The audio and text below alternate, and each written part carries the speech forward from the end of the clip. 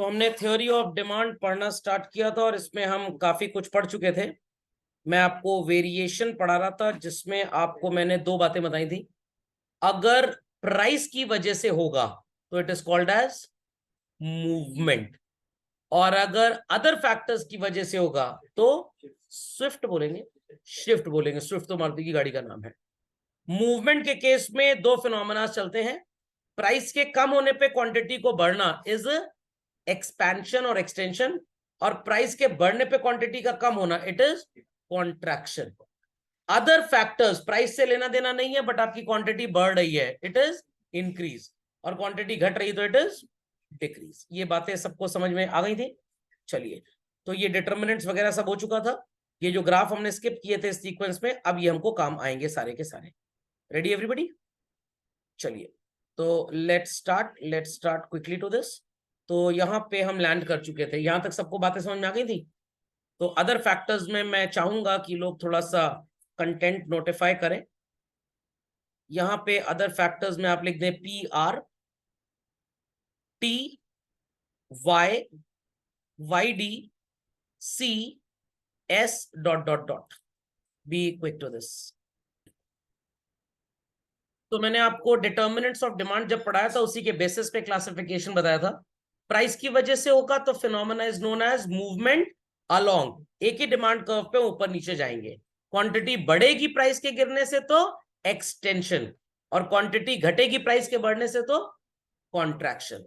But if it is due to the price of other commodity, taste and preference की वजह से है, consumer की इनकम की वजह से है, सोसाइटी में कम्युनिटी में इनकम डिस्ट्रीब्यूशन की वजह से है, क्रेडिट पॉलिसी की वजह से है, पॉपुलेशन की वजह से है, many other factors are there. ये तो कुछ मैंने यहां पे लिखे। Then we call it as shift. Here the phenomena is known as change in demand, and here it is known as quantity demanded. तो ये दो वर्ड्स हैं जिसपे स्टूडेंट बड़ा कंफ्यूज रहता है और एग्जाम में ये बड़ा परेशान करते हैं। Many a times IC examinations में भी पूछा गया है, what is the difference between quantity demanded and demand? कुछ बच्चे पता क्या लिख के आते हैं, quantity is the difference between quantity demanded and demand, क्योंकि बाकी सब तो सेम है। इंग्लिश का एग्जाम नहीं, इकोनॉमिक्स का एग्जाम है। When the willingness of the consumer to buy something in larger or lesser quantity due to price, such units are referred as quantity demanded. But when the willingness of the consumer to buy something in more or lesser quantity due to other factors, we call it as demand. तो अगर आप एक lemon है, ज्यादा पढ़ाई लिखाई नहीं की है, और आप बोले कि मार्केट में मारुति कार्स की क्वांटिटी डिमांडेड घट गई, बढ़ गई, डिमांड घट गई, डिमांड बढ़ गई, इन सबका मतलब एक ही होगा, सबका मतलब एक होगा। बट अगर research team at Maruti Suzuki India limited board meeting की एनुअल रिपोर्ट में टेक्स्ट लिखे, due to COVID and lockdown in the country for a period of more than 3 months, our demand for cars have gone down, तो क्या यहां पे जो हमारा board of directors के मेंबर्स होंगे, क्या वो कार की प्राइस कम करने पे ध्यान देंगे? No no no. क्यों? क्या कम हुआ है? डिमांड कम हुई है। किसने बताई ये बात? कंपनी के रिसर्च हेड, कंपनी की इकोनॉमिस्ट टीम ने बताया, कोविड और लॉकडाउन की वजह से हमारे कार्स की डिमांड कम हुई है। ये सही टेक्स्ट है। बट अगर बोला जाए हमारे कार्स की क्वांटिटी डिमांडेड रिड्यूस हो गई है, कंपनी अपने कार के प्राइसेस को गिराएगी ताकि वापस से लोग उससे ज्यादा खरीदें। तो फिर से मैं बोल रहा हूं बच्चों, प्राइस बढ़ेगी और क्वांटिटी घट जाएगी तो it is known as contraction. Price घटेगी और क्वांटिटी बढ़ जाएगी, it is known as extension. So जब प्राइस की वजह से होगा, कॉन्सेप्ट इज क्वांटिटी डिमांडेड। समझ में आया? तो अगर आपके टीचर्स आपसे पूछे मैकडॉनल्ड ने अपने बर्गर का प्राइस गिरा दिया, what will be the effect of this? सुनाई पड़ी बात? फिर से क्वेश्चन सुनिए। McDonald has reduced the price of their burgers, what would be the effect of this? बच्चा आंसर करता है, ma'am demand would increase. 0 marks. Quantity demanded would increase. सुनाई पड़ी बात? पक्का? क्योंकि प्राइस की वजह से है तो आपके मुंह से शब्द क्वांटिटी डिमांडेड निकलेगा। Due to the opening of Burger King outlets at many places in India, what will be the effect for burgers at McDonald's? अब जवाब होगा demand will go down, quantity demanded नहीं। अब बच्चा कहता हम तो लिख के आए थे क्वांटिटी डिमांडेड कम होगा, हमारे नंबर कैसे कम हो गए? क्योंकि आपने बुलजाए पे हिट नहीं किया था, आपने 90% वाले स्कोर पे हिट किया था। तो जब आप क्वांटिटी डिमांडेड अटर करते हैं then we call it as price. मम्मी कभी बहुत परेशान हो जाती है बच्चों को देख के, बच्चे पढ़ते नहीं, मम्मी बोलती गधे हो गया एकदम से। अब आपको शक होगा मम्मी की आईसाइट में प्रॉब्लम है, हम तो कभी ढेंचू ढेंचू भी नहीं किए, हमारे तो 4 पैर भी नहीं, हम गधा क्यों बोल रही हैं? गधे जैसी हरकतें हैं, बायोलॉजिकल स्ट्रक्चर गधे का नहीं है। समझ में आया? टीचर बोलते हैं ना don't behave like animals, don't behave like animal, जानवरों की तरह ना बिहेव करो, क्योंकि उनको पता है कि आप जानवर नहीं। Understood this? तो बहुत तरीके से इसको याद करना पड़ेगा। वाइवा में आपसे क्वेश्चन पूछ दिया गया, you have developed a favourable taste towards McDonald burgers, क्या इसका इफेक्ट होगा? आपने बोला मैम क्वांटिटी डिमांडेड बढ़ जाएगी। गलत, it's demand would increase. Unfavourable taste हो गया तो डिमांड वुड डिक्रीज, प्राइस बढ़ गया तो क्वांटिटी डिमांडेड वुड डिक्रीज। समझ में आई बात कि बिल्कुल नहीं आई? Here we apply law of demand, here there is no application of law of demand. तो प्लीज इसको जरा नोट डाउन कर लीजिए। Am I permitted to move further? आगे चला जाए, आगे चले बच्चों, चलिए। तो भैया चेंज इन क्वांटिटी डिमांडेड या movement along the demand curve का मतलब क्या होता है? Very quickly please put this heading. मैं दोनों फिनोमेना आपको यहाँ पे एक्सप्लेन करने वाला हूं, बहुत मजेदार पढ़ाई है इसकी। So I'll be taking price and quantity. Price notes में ये सब कुछ लिखा हुआ है, बट अगर अपने हाथ से कुछ लिखेंगे तो ज्यादा एडवांटेजियस होगा। 10 rupee was the price, 100 units हम खरीद रहे थे। 10 rupee was the price, 100 units खरीद रहे थे। Price reduced to 8 and we started buying 140। Price increased to 12 and we bought only 100 से 90 यूनिट्स। तो प्राइस कम होके क्वांटिटी बढ़ गया बच्चों, और प्राइस बढ़ के क्वांटिटी कम हो गया। The phenomena on the left is called as extension और expansion, and on the right side it is called contraction. समझ गए? अब इसका ग्राफिकल एनालिसिस। एग्जाम में क्वेश्चन आपको ये 4 मार्क्स का टेस्ट होगा, और सबसे पहले आपको 2 लाइन की डिमांड की डेफिनेशन लिखनी पड़ेगी बच्चों। देयर आफ्टर आपको बताना पड़ेगा थोड़ा सा 4 लाइन में डिटर्मिनेंट्स के बारे में, लगभग आपकी 6 to 8 लाइंस कंज्यूम हो जाएंगी इतने में। देयर आफ्टर जो स्क्रीन पे मैं कर रहा हूं आपको ये काम करना पड़ेगा, कॉलमर भी कर सकते हैं और ऐसे ही बना सकते हैं। और फिर आपको लिखना पड़ेगा when price of a commodity falls down and quantity demanded increases, comma या ब्रैकेट में other things remaining constant, the phenomena is known as extension of demand. फिर ऐसे ही आप कॉन्ट्रैक्शन का रिवर्स मीनिंग लिख देंगे। सारी चीजें लाइन बाय लाइन नोट्स में मेंशन्ड है, बिल्कुल परेशान मत होइए, कुछ को मिल चुके हैं, कुछ को अगली क्लास में मिल जाएंगे। Got it? Pratiksha notes are ready, चाहिए मेरे से अगली क्लास में लेना। ओके, तो लाइन बाय लाइन कैसे आपको लिखना है सब लिखा हुआ है। फिर आप ग्राफ बनाएंगे और ग्राफ में क्या लिखेंगे? In the above figure x axis represents quantity and y-axis represents price. When the price is ₹10, quantity demanded is 100 units at point A. When the price falls down from ₹10 to ₹8, quantity demanded increases from 100 to 140 units at point B. Joining points A and B, we form a downward sloping demand curve representing extension of demand. इतना लिखने पे आपको 2 number मिल जाएंगे। ऐसे ही आप contraction के लिखेंगे आपको 4 नंबर मिल जाएंगे। तो लाइन बाय लाइन कैसे ग्राफ को एक्सप्लेन करना है सब कुछ लिखा है हैंड नोट्स में। You just need to have a go through reading. रट आप कुछ सकते नहीं माइक्रो इकोनॉमिक्स में, सब समझने का खेल है। समझ में आ गई बात? तो माइक्रो इकोनॉमिक्स पढ़ना इज जस्ट लाइक मैथमेटिक्स पढ़ना, इज जस्ट लाइक फिजिक्स या अकाउंटेंसी पढ़ना। मैक्रो में भी 3 चैप्टर 4 चैप्टर तो न्यूमेरिकल मिलेगा आपको। नेशनल इनकम भी है, बैलेंस ऑफ पेमेंट का भी हम न्यूमेरिकल आता है, और मनी वाला भी आप लोग देख रहे होंगे न्यूमेरिकल आता है। सिर्फ और सिर्फ theory of income and employment है, देखने में थ्योरी लगता है और प्रैक्टिकल से भी सबसे ज्यादा टफ है, वो दुनिया का सबसे टफ चैप्टर है। चलिए, तो ऐसे ही ड्रॉ करते हैं बगल वाला। और आपकी बुक में तो शायद एक ही ग्राफ में दोनों बना हुआ है। वो गरीब है, हम लोग रईस हैं, तो जयललिता की तरह मैं ग्राफ बनाता हूँ, मतलब वो एक साड़ी एक बार पहनती थी बस। तो Y axis represents price, X axis represents quantity. और कुछ लोग ये भी पूछते हैं sir why is it so कि हमेशा मॉनेटरी डेटा वाई एक्सेस पे रहता है? उसका भी रीजन है, वाई इकोनॉमिक्स में इनकम को रिप्रेजेंट करता है, which is generally barter system तो चलता नहीं है, is in terms of money. तो इसीलिए आपका मॉनेटरी इफेक्ट हमेशा वाई एक्सेस पे रहता है। और बाकी मैं आपको एक सीक्रेट भी बता रहा हूं, आप एक्स की जगह वाई लिख दें और वाई की जगह एक्स लिख दें, और टीचर कॉपी पे आपको 0 दे दे, और आप कोर्ट केस कर दें बोर्ड के ऊपर और कॉपी खुलवा लें, जज साहब भयंकर डांट लगाएंगे टीचर को। ऐसा सीबीएसई में बहुत साल पहले हुआ था, एक बच्चे ने एक्स की जगह वाई लिख दिया और वाई की जगह एक्स लिख दिया। 10th क्लास का मैथ्स का बच्चा था, 2 न्यूमेरिकल में उसके 12 नंबर कट गए। उस बच्चे ने under right to information act अपनी कॉपी खुलवा ली।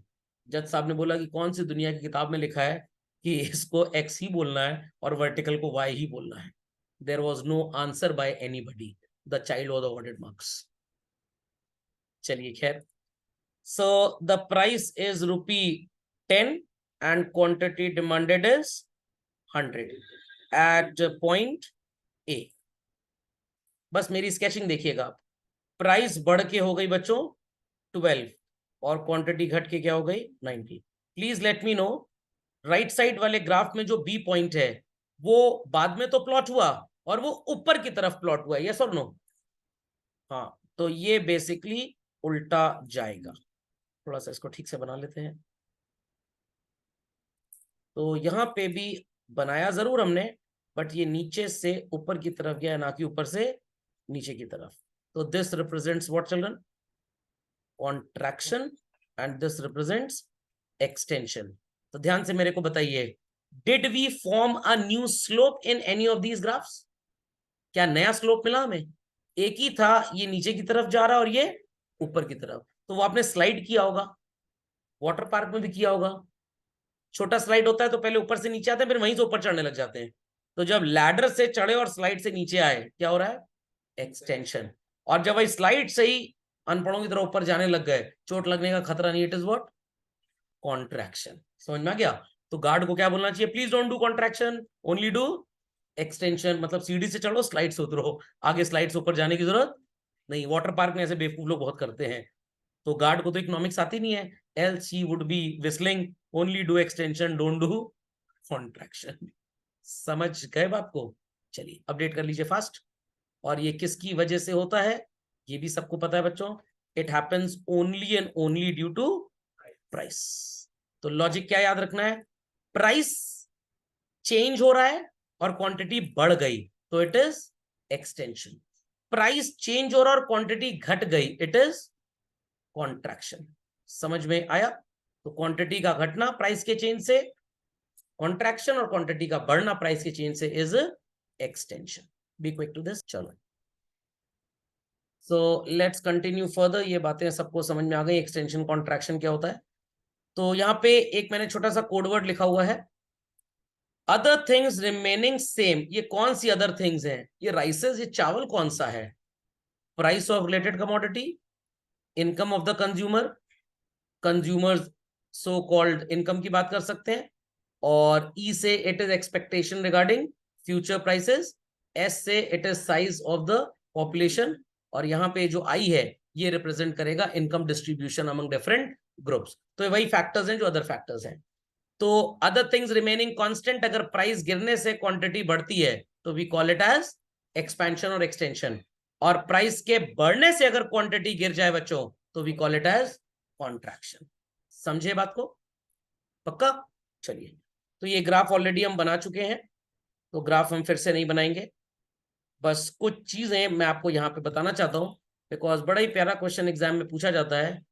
गिव 4 डिफरेंसेस बिटवीन एक्सपेंशन और एक्सटेंशन एंड कॉन्ट्रैक्शन। तो पहला डिफरेंस क्या होगा? This happens due to fall in price and this happens due to rise in price. पहला difference. Here quantity increases and here quantity falls. समझना क्या sir? ये तो दो ही हुए, 4 कहां से आएंगे? It is downward slope and it is upward slope. Sir ये तो 3 ही हुए, चौथा आप मेरे को बता सकते हैं? ड्यू टू प्राइस तो सिमिलैरिटी हो गई भाई, ये भी प्राइस की वजह से होगा और ये भी प्राइस की वजह से होगा। वेरी गुड, ये सिमिलैरिटी थी। दूसरी सिमिलैरिटी, दोनों जगह अप्लाई होगा बच्चों लॉ ऑफ डिमांड। तो पहली सिमिलैरिटी क्या है? both happens due to price. At both the places we happen to see application of law of demand. Both are displayed on the same demand curve. एक नीचे की तरफ जा रहा है, एक ऊपर की तरफ जा रहा है। चौथा पॉइंट कोई आपको मिल पा रहा है क्या डिफरेंस का? चौथा पॉइंट कोई आपको डिफरेंस का मिल पा रहा है? सिमिलैरिटी तो मैं बता दूंगा चौथी, दोनों जगह विलिंगनेस टू पे है, तभी तो डिमांड होगा, क्वांटिटी डिमांडेड तभी तो होगा। कोई चौथा डिफरेंस अगर आप ढूंढ पा रहे हैं तो बताइए। चौथा डिफरेंस चिल्ड्रन, एक तो बताया था price fall price rise, quantity fall quantity rise, downward sloping and upward sloping. ये तो सिमिलरिटी हो गई ना। हाँ ये आप बोल सकते हैं, यहां पे आपकी विलिंगनेस टू पे ज्यादा होगी तभी तो आप ज्यादा खरीदेंगे ना भाई, और यहां पे विलिंगनेस टू पे, दोनों जगह तो सिमिलरिटी है, एक जगह ज्यादा है तो यू आर विलिंग टू पे मोर, तभी तो आपका एक्सटेंशन एक्सपेंशन हो रहा है, और एक जगह विलिंगनेस टू पे कम है। बातें समझ में आई हैं? तो सोचेंगे तो लिख लेंगे, नहीं सोचेंगे तो नहीं लिख पाएंगे। तो प्लीज लिख लीजिए, अभी याद आ गया क्लिक कर गया, कल हो सकता है ना क्लिक करे, और एग्जाम में अगर आ गया 4 डिफरेंसेस तो ना नहीं याद आ जाएंगे आपको। सर एग्जाम में 4 नहीं आता है, 2 आता है। अच्छा मान लिए मेन 2 वाले भूल गए तो ये 2 काम आ सकते हैं। तो जब अच्छा टायर काम ना करे तो कभी कभी फुस टायर भी काम आ जाता है, थोड़ी हवा भरा के हम आगे तक चल सकते हैं। तो 4 डिफरेंसेस आर व्हाट? यहाँ पे प्राइस कम होती है और यहाँ प्राइस बढ़ती है, यहाँ क्वांटिटी बढ़ जाती है और यहाँ क्वांटिटी घट जाती है, यहाँ पे स्लोप में हम नीचे आते हैं और यहाँ स्लोप में ऊपर जाते हैं, यहाँ पे willingness to pay is more and here willingness to pay is less. हम कम पैसा देना चाहेंगे तभी तो हम क्वांटिटी कम खरीदेंगे। क्या? S, slope slope. So this is extension and this is contraction. 4 differences समझ में आ गए? सिमिलरिटी तो बड़ी आसान है, कोई भी लिख लेगा। पहली similarity, both happens due to what children? Price. At both places we happen to apply what is called as law of demand. Both have willingness to pay, and in both the cases we move up or down on the demand slope. Got it?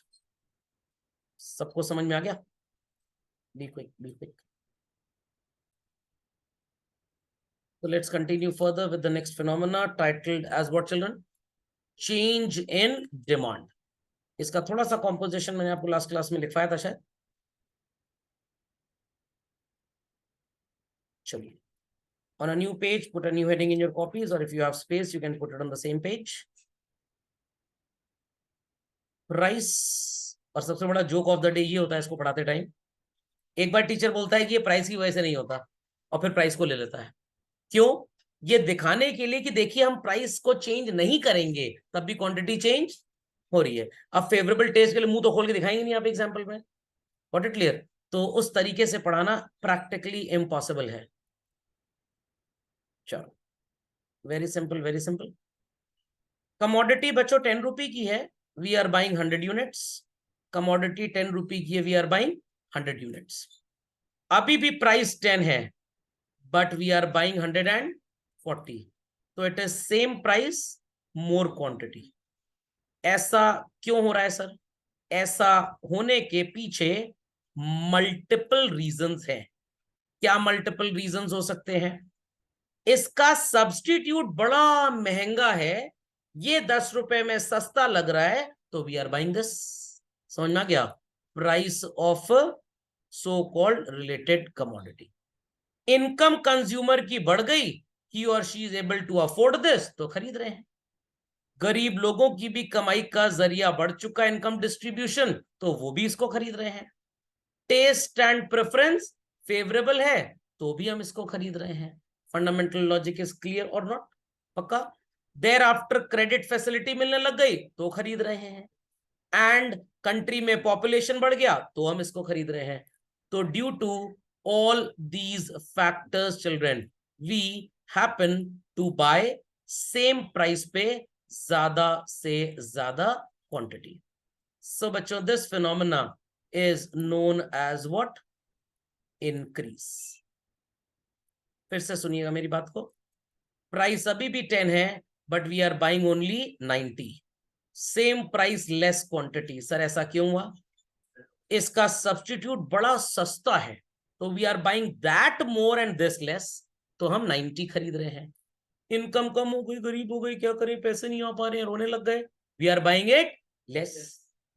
Community की income कम हो गई, income distribution, या government ज्यादा tax लगा रही है, खर्चे के लिए पैसा ही नहीं है, we are buying less. Commodity favourable थी और अब अनफेवरेबल हो गई। ईएमआई फैसिलिटी खत्म हो गई, यूक्रेन रशिया की वॉर में ढेर सारे लोग मर गए, अब कहां से आटा दाल चावल खरीदेंगे? तो reason is other factors and phenomena is called as what? Decrease. समझे बात को? पक्का? ये बात तो सारे बच्चों को समझ में आती है, बट जो इसका तीसरा पॉइंट है ना, वो बड़ा कंफ्यूजिंग है। तीसरा पॉइंट समझिए। लॉ ऑफ डिमांड बोलता है कि अगर प्राइस बढ़ जाए, 10 रुपीज से कितना हो जाए चिल्ड्रन? 12। ध्यान देना मेरी बात पे। 10 पे अगर आप 100 खरीद रहे हो और आपने लॉ ऑफ डिमांड को अपना दोस्त बनाया हुआ है, तो दोस्त के तो फेवर में ही आंसर देते हैं ना हम। तो 12 रुपी में we should be buying certainly somewhat less, and let us say as per the follow up of law of demand, we should be buying only 70 units, only 70, but we are buying बच्चों how much? तो law of demand के हिसाब से 12 रुपए पे 70 unit खरीदनी चाहिए। हम कितनी खरीद रहे हैं? रिलेटिवली हम ज्यादा खरीद रहे हैं, रिलेटिवली ज्यादा खरीद रहे हैं। तो यहां पे लॉ ऑफ डिमांड अप्लाई नहीं हो रहा, क्योंकि अगर कमोडिटी महंगी हो जाए तो we should be buying less. Are we doing so? Are we doing so? We are buying relatively more. So phenomena is known as what? Increase. ये 3 पॉइंट ग्राफ होता है, बहुत कम बुक्स में दिया हुआ है। तो it is same quantity eight more price, क्योंकि लॉजिक ये बोलता है, लॉ ऑफ डिमांड ये बोलता है, अल्फ्रेड मार्शल ये बोलते हैं कि अगर प्राइस बढ़ा हुआ है तो you should certainly buy less. Are we buying certainly less? No, we are buying practically more. समझ में आया कि नहीं? रिलेटिवली ज्यादा खरीद रहे हैं। खरीदना चाहिए 100 से कम, और आप 100 ही खरीद रहे हैं, तो रिलेटिवली आप ज्यादा खरीद रहे हैं। समझ गए बात को? चलिए very quickly draw this graph. Same quantity more price. तो यहां पे y एक्सेस पे अगेन आपका प्राइस आएगा बच्चों, और x एक्सेस पे क्वांटिटी। बहुत मजेदार ग्राफ होगा ये भी। At 10 rupee we are buying 100 units.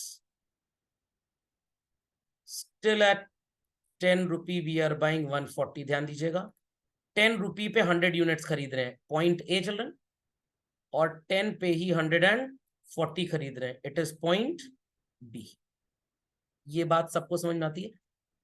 कुछ teachers so called United Nations के रिलीफ कैंप में चले जाते हैं और वो ऐसे पढ़ाते हैं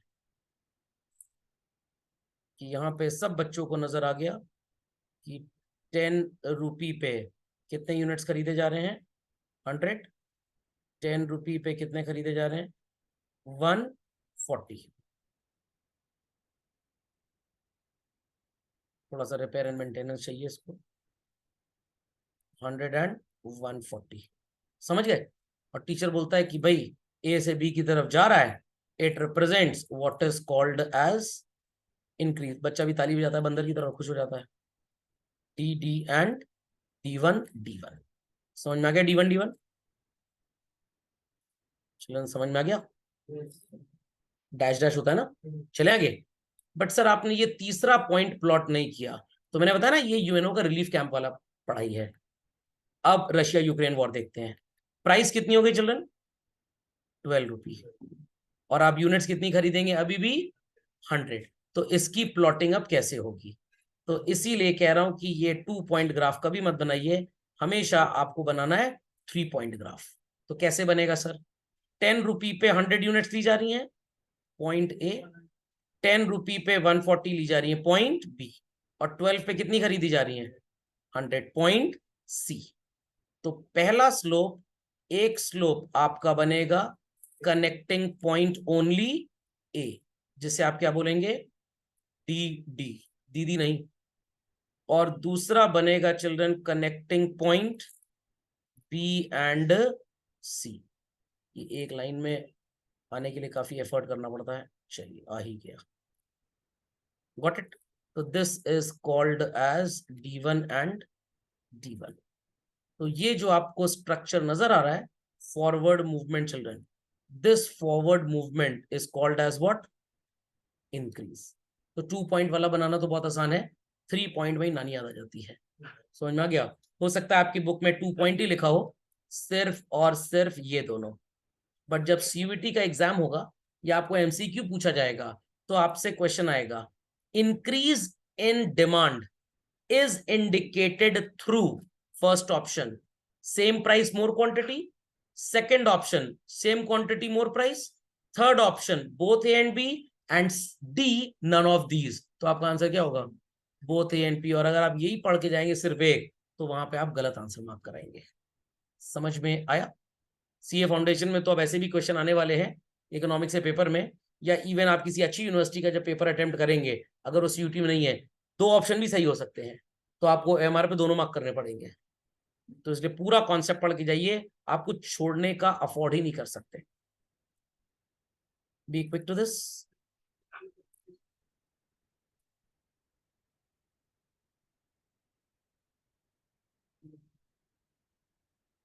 चलिए, X axis represents quantity and Y axis represents price. Price is ₹10। यहाँ पे एक एग्जाम्पल पहले नोट डाउन कर लूं बच्चों। मान लीजिए कि प्राइस हो जाती है 8 रुपए, तो लॉ ऑफ डिमांड के हिसाब से हमें ज्यादा खरीदना चाहिए कि कम खरीदना चाहिए? अगर 10 रुपए पे 100 खरीद रहे हैं, तो 8 पे 120, 130, 140 होना चाहिए। बट हम अभी भी कितना खरीद रहे हैं? तो खरीदना चाहिए ज्यादा, बट हम खरीद रहे हैं कम। तो it is same quantity at lower price. तो प्राइस सेम रहे और क्वांटिटी गिर जाए, या प्राइस गिर जाए और क्वांटिटी सेम रहे, phenomena is called as what children? Phenomena is called as what? Decrease. Price same रहे, क्वांटिटी बढ़ जाए, या प्राइस बढ़ जाए और क्वांटिटी सेम रहे, phenomena is called as what? और प्राइस के गिरने से क्वांटिटी बढ़ जाए, तो phenomena is called as extension. और प्राइस के बढ़ने से क्वांटिटी गिर जाए तो कॉन्ट्रैक्शन बोला जाता है। तो यहां पे सर्वगुण संपन्न है, कॉन्ट्रैक्शन, एक्सटेंशन, इंक्रीज और डिक्रीज। एप्पल का स्टोर ओपन हुआ BKC में, और साकेत में बुलाया गया था मेरे को रिबन कटिंग के लिए। मैं नहीं जा पाया क्लास की वजह से, मैंने कैंसिल कर दिया। मैंने कहा कुकू को बुलवा लो। अरे ये कौन है? मैंने कहा भाई अपना टिमू हूँ, टिम कुक। वही आ जाएगा, खाली आदमी, उसके पास क्या काम? उसको थोड़ा कोई क्लास क्लास लेनी है, बच्चों का जीवन सुधारना है, वो तो जीवन बर्बाद करने वाले लोग हैं। अब एप्पल आईफोन का प्राइस वाइस नहीं रिड्यूस होने वाला है, बट तब भी लोगों की भीड़ वहां पे जमा थी, ज्यादा से ज्यादा 99.99%। तो वो थे WS window shoppers. What it clear? 0.01% थे जिनकी विलिंगनेस टू परचेज थी, तो वो खरीद लाए होंगे किडनी लीवर बेच के अपना। तो phenomena is known as what children? Increase. But जब मेरे को पता लगेगा कि आईफोन 11 रुपए में बिक रहा है, तो मैं भी जाऊंगा, मैं भी जाऊंगा, जरूर जाऊंगा। It is what? एक्सटेंशन। और आपने सोचा कि अब भाई सौरभ सर टाइप भी लोग खरीद रहे हैं, तो स्टैंडर्ड अच्छा मेंटेन नहीं हो रहा, हम नहीं खरीदेंगे, it is known as decrease. समझ में आया कि नहीं आया? पक्का? बट आपके पापा ने कहा बेटा महंगा है, थोड़े दिन बाद आईफोन खरीद लेना, तो पापा क्या बात कर रहे हैं? कॉन्ट्रैक्शन। तो घर वाले हमेशा ही बोलते हैं अरे महंगा है क्या करोगे खरीद के, तो always they talk about so that your life expends. समझ में आया कि नहीं आया? तो जिन पापा मम्मी को कंजूस कंजूस कंजूस बोलते हैं ना, ये 2 दिन घर से बाहर लात मार के निकालते, समझ में आ जाएगा कौन है वो। Understood everybody? पक्का? कंफर्म? तो आपके घर में गेस्ट आए, उन्होंने बोला मम्मी से भाभी जी चावल बहुत अच्छा है, हाँ सस्ता मिल रहा था सोचा खरीद लें आप लोगों के लिए। तो mummy is talking about extension. नारियल पानी बहुत सस्ता था, तब भी आप नहीं पी सकते उसको, डॉक्टर ने मना किया है आपको। अंडरस्टैंडिंग? डॉक्टर ने मना किया है, हो सकता है कोई क्रोनिक डिजीज हो गले का वगैरह वगैरह, तो it is called as decrease. Akshaya Tritiya है, चाहे कुछ भी प्राइस हो गोल्ड का, हमें तो खरीदना ही खरीदना है, इट इज इंक्रीज। सस्ता हुआ, मैंने भी खरीद लिया अपनी वाइफ के लिए एक pendant set, it is extension. बात समझ में आ रही है? दोस्त की बर्थडे पार्टी में जाना है, देख रहे हैं सबसे सस्ता सामान शॉप पे क्या है, आपने खरीद लिया, तो आपकी शॉपिंग स्टाइल एक्सटेंशन है। दोस्त की बर्थडे पार्टी में जाना है, गिफ्ट तो लेना ही लेना है चाहे कोई भी प्राइस हो, शॉपिंग स्टाइल इज इंक्रीज। समझ में आ गया? तो इंडिया में जो आईफोन बिकता है बच्चों, क्या सिर्फ प्राइस की वजह से बिकता है? बहुत कम ऐसा होता है, बहुत कम ऐसा होता है। तो फिनोमेना इज इंक्रीज। समझ में आई बात कि नहीं? तो if people like Ambanis are not buying Vivo and Oppo mobiles, what is the reason? Sir बड़े महंगे हैं। क्या महंगे हैं वीवो ओप्पो? नो, उनकी क्वालिटी उनके स्टेटस को मैच नहीं करती, तो they are not going to buy Vivo और Oppo. It is called as what? Decrease. मेरे को भी मुकेश अंबानी जी का फोन आया था जब मैंने Redmi Note 9 Pro Max 4 साल पहले लिया, तो कह रहे हो डेटा लीक हो जाएगा, मैंने कहा मेरे पास डेटा ही कौन सा जो लीक हो जाएगा। समझ में आया कि नहीं आया? पक्का? कंफर्म? तो याद रखिएगा, प्राइस के घटने से क्वांटिटी बढ़े तो एक्सटेंशन, प्राइस के सेम रहने से बढ़े तो इंक्रीज। What it clear? तो इनकी वजह से ये और ये हो रहा है, ना कि प्राइस की वजह से। तो जब नहीं हो रहा सर प्राइस की वजह, why you have written price? To show you कि देखो प्राइस सेम है, तब भी क्वांटिटी में चेंज आ गया, तो वजह तुम नहीं हो, वजह कुछ और है, other factors. What it clear? फिर सर यहां पे तो आपने प्राइस को चेंज किया, again to show you the concept कि प्राइस बढ़ी, क्या क्वांटिटी घटी है?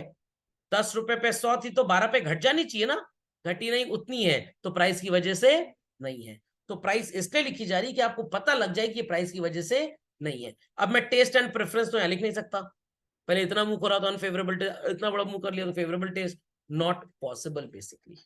ओके, चलिए।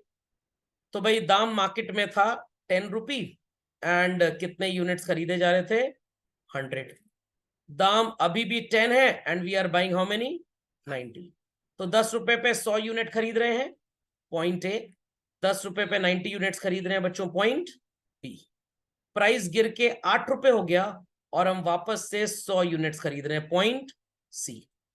तो एक स्लोप पास ओवर करेगा पॉइंट ए को, जिसे हम नाम देंगे ओरिजिनल डिमांड स्लोप, और एक बच्चों टच करेगा बी एंड सी को, जिसे बोलेंगे D1 D1, पीछे की तरफ भाग गया तो we call it as decrease. समझ में आ गई सबको बात? ना, यहाँ पे अपवर्ड डाउनवर्ड नहीं होगा, ये राइटवर्ड और लेफ्टवर्ड होता है। पीछे की तरफ गया तो लेफ्टवर्ड हो गया, और आगे की तरफ गया तो राइटवर्ड हो गया। क्या हुआ? नहीं, सी और बी तो एक ही कंडीशन है ना भाई। सी और बी को जब आपने मैच किया तो स्लोप एक ही है ना।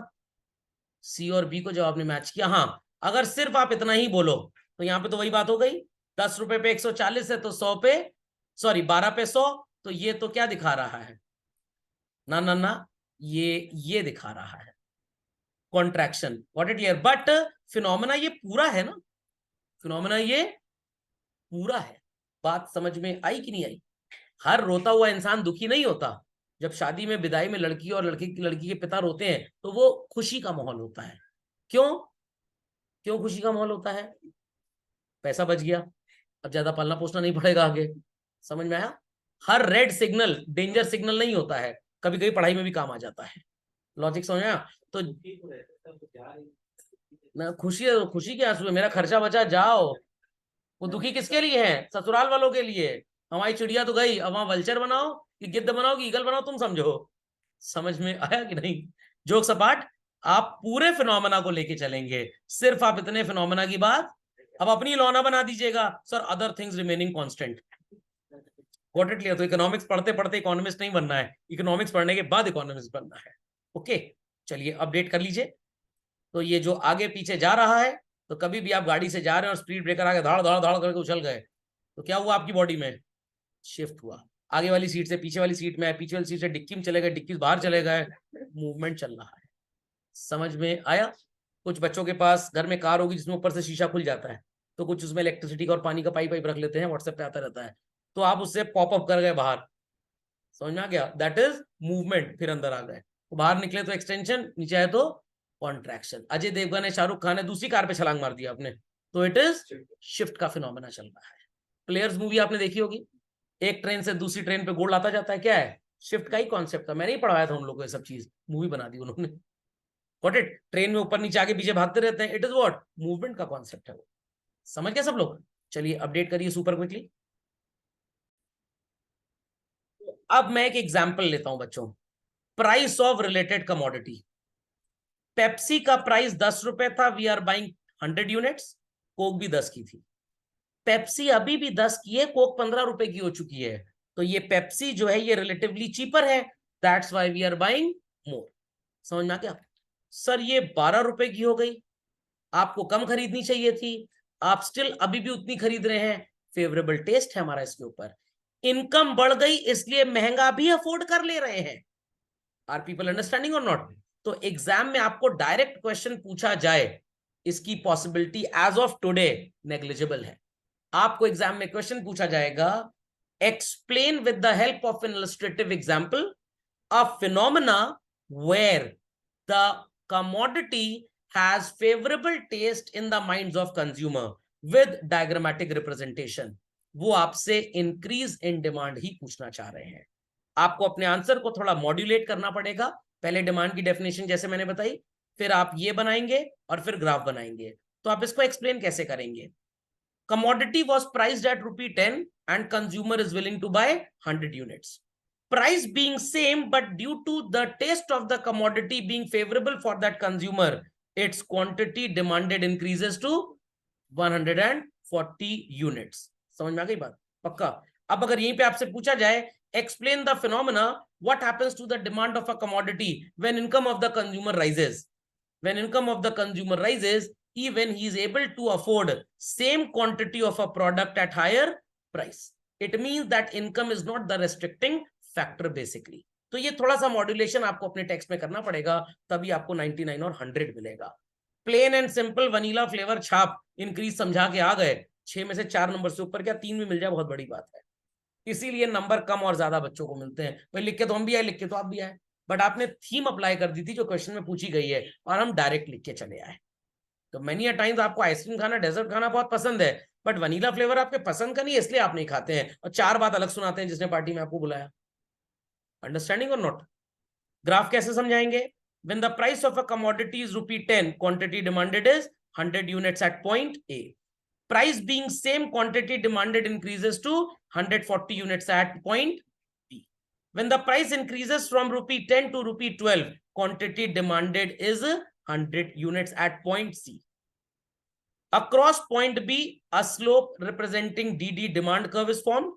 Joining points B and C, we form rightward और लेफ्टवर्ड, क्या यूज करेंगे वर्ड?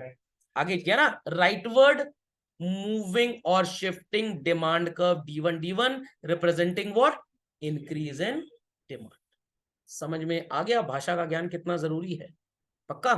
चलिए कितना लिख लिया सबने? आगे चलो, लेट्स मूव फर्दर। तो खैर ये सारी चीजें तो आपको बताई दी है मैंने, ये सब कुछ आ गया है। अब अगर मैं आपसे पूछूं कि इंक्रीज और डिक्रीज में डिफरेंसेस क्या क्या हैं, जरा ये पढ़ लेते हैं और फिर सिमिलैरिटी पढ़ लेंगे। तो रेडी हो जाइए। डिफरेंसेस, इंक्रीज और डिक्रीज में लिखने के लिए, and then we'll start with the similarity. Ready children? चलो, पहला difference, here quantity happens to increase and here it happens to decrease. इतना समझ में आ गया? और इधर मैं सिमिलैरिटीज भी लिख देता हूं जरा, इंक्रीज और डिक्रीज की क्या सिमिलैरिटी है?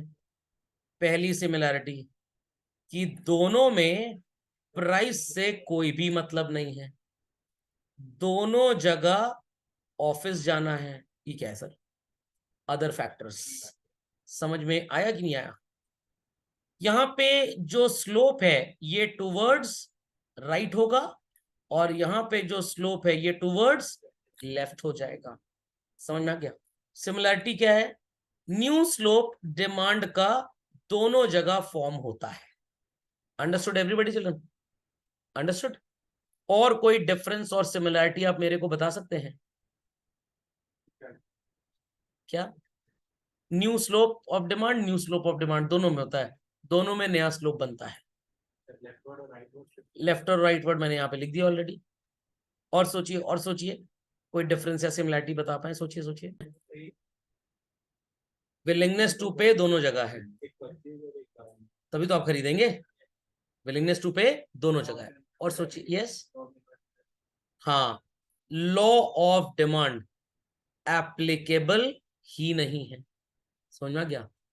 एक और सिमिलरिटी लिख सकते हैं, या वो अदर फैक्टर्स से कॉमन है कि भाई एक्सेप्शन काम करता है इसके ऊपर। सिमिलरिटी तो बहुत ढेर सारी, डिफरेंसेस दो ही मिल पा रहे हैं। और सोचिए, और सोचिए, शायद डिफरेंस मिल जाए। मिलेगा? कोई भी नहीं मिलेगा और डिफरेंस।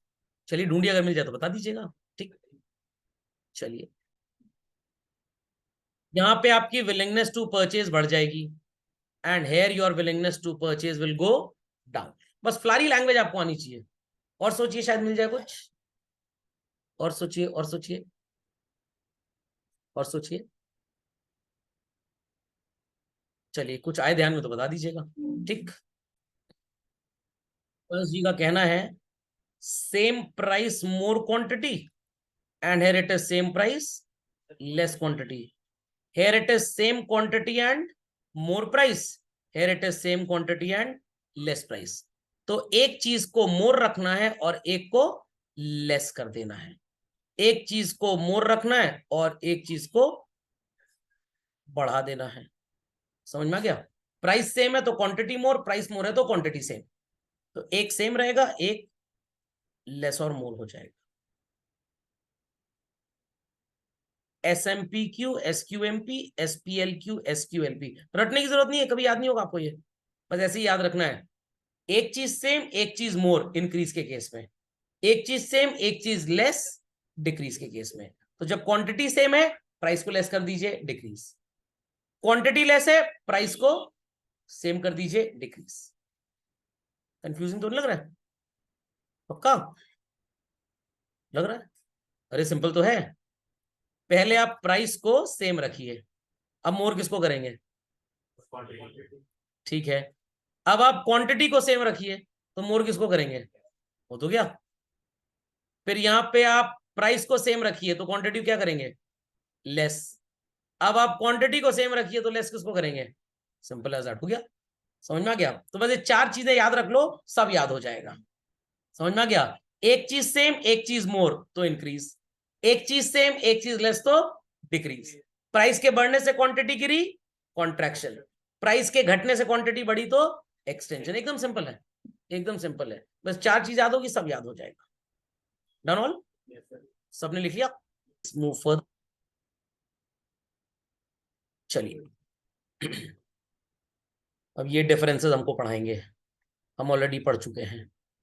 सर आप तो कह रहे थे चार नहीं मिल रहा, दनादन मिले जा रहे हैं। अरे भाई, ये भाई जो हमने लिखे हैं कुछ खास नया नहीं है। Got it clear? तो वीडियो में रहेगा, थोड़ा कलरफुल है, देखने में अच्छा लगता है प्रोडक्ट बेचने के लिए, बट कॉन्सेप्ट आपके अंदर आ चुका है। समझ गए सब लोग?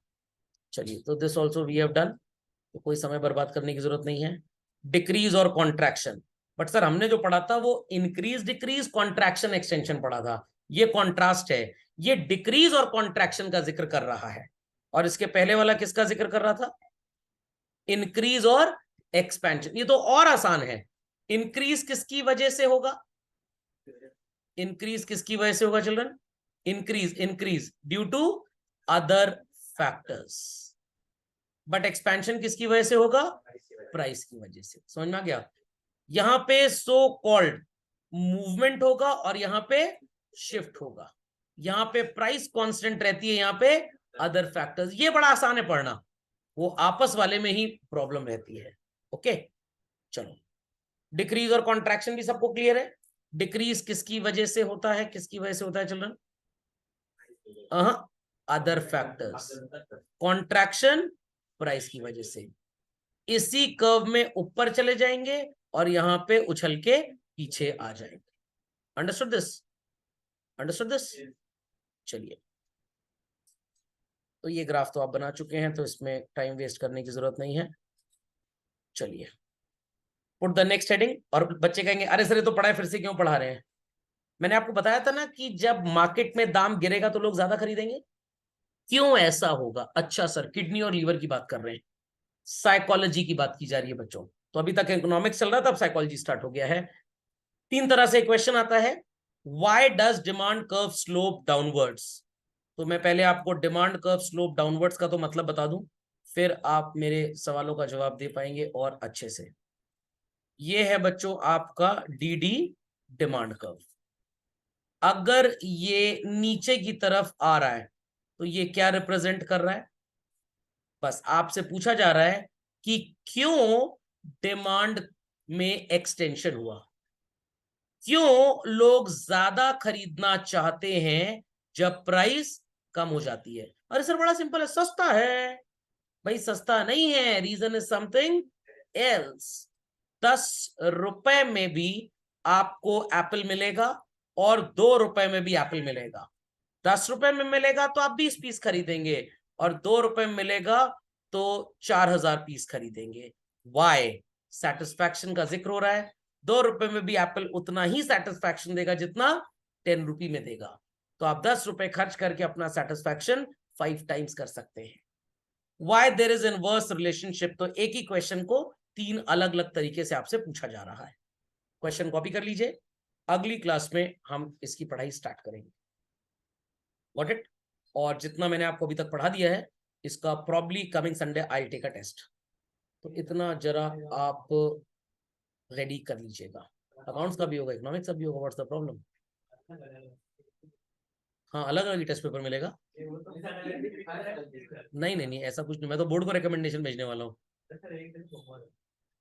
क्योंकि इतना ज्यादा आज तक पढ़ना। एक दिन में अगर 3 फंक्शन निपटाना हो, किसी के यहाँ सगाई, किसी के यहाँ शादी और किसी के यहाँ बर्थडे, तो कोई पीछे नहीं हटेगा। जाएंगे तीनों जगह, एक जगह स्टार्टर्स खाएंगे, एक जगह मेन कोर्स, एक जगह स्वीट डिश। चलिए खैर, ओके। तो वीडियो अच्छा लगा हो, यूट्यूब पे मैं अपलोड कर दूंगा, लाइक जरूर कर दीजिएगा ऊपर का अंगूठा दिखा के। कोई डाउट हो तो I am welcome to answer them.